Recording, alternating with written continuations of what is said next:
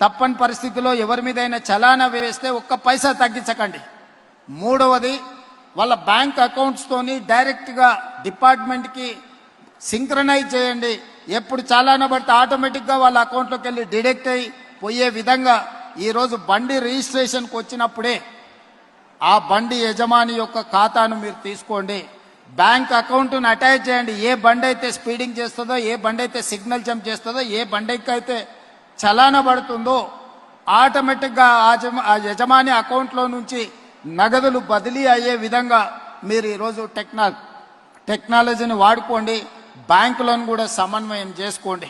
తప్పని పరిస్థితిలో ఎవరి మీదైనా చలానా వేస్తే ఒక్క పైసా తగ్గించకండి. మూడవది, వాళ్ళ బ్యాంక్ అకౌంట్స్తోని డైరెక్ట్గా డిపార్ట్మెంట్కి సింక్రనైజ్ చేయండి. ఎప్పుడు చలానా పడితే ఆటోమేటిక్గా వాళ్ళ అకౌంట్లోకి వెళ్ళి డిడక్ట్ అయ్యి పోయే విధంగా ఈరోజు బండి రిజిస్ట్రేషన్కి వచ్చినప్పుడే ఆ బండి యజమాని యొక్క ఖాతాను మీరు తీసుకోండి.